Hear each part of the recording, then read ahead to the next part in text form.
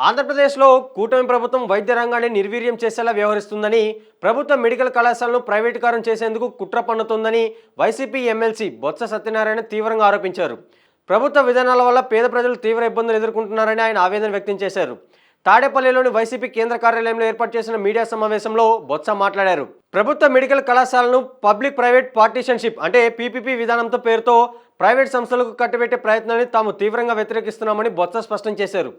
ప్రజారోగ్యం ప్రభుత్వం చేతుల్లోనే ఉండాలి, ప్రైవేట్ వ్యక్తుల చేతుల్లో పెడితే పేదలకు అన్యాయం జరుగుతుందని ఆయన వివరించారు. ఈ ప్రైవేటీకరణ ద్వారా లబ్ధి పొందాలనే చంద్రబాబు దుర్బుద్ధి బయటపడుతుంది అని ఆయన విమర్శించారు. ఈ పీపీపీ విధానానికి వ్యతిరేకంగా రాష్ట్ర వ్యాప్తంగా ప్రజల నుంచి సంతకాల రూపంలో అభిప్రాయాలు సేకరిస్తామని తెలిపారు. అనంతరం వైఎస్ జగన్ నేతృత్వంలోని వాటిని రాష్ట్ర గవర్నర్కు అందిస్తామని వెల్లడించారు. ఇందుకోసం గురువారమే గవర్నర్ అపాయింట్మెంట్ కోరినట్టు చెప్పారు. గతంలో వైఎస్ జగన్ ప్రభుత్వం పేద విద్యార్థులకు విద్య వైద్య అందుబాటులోకి తేవాలనే లక్ష్యంతో ప్రతి జిల్లాకు ఒక మెడికల్ కళాశాలను మంజూరు చేసిందని బొత్స గుర్తు చేశారు.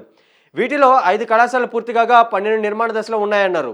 జగన్కు మంచి పేరు వస్తుందనే దుగ్గతోనే చంద్రబాబు ప్రభుత్వం ఇప్పుడు వాటిని ప్రైవేటీకరణ చేసేందుకు పీపీపీ మోడల్ను తెరపైకి తెచ్చిందని బొత్స ఆరోపించారు.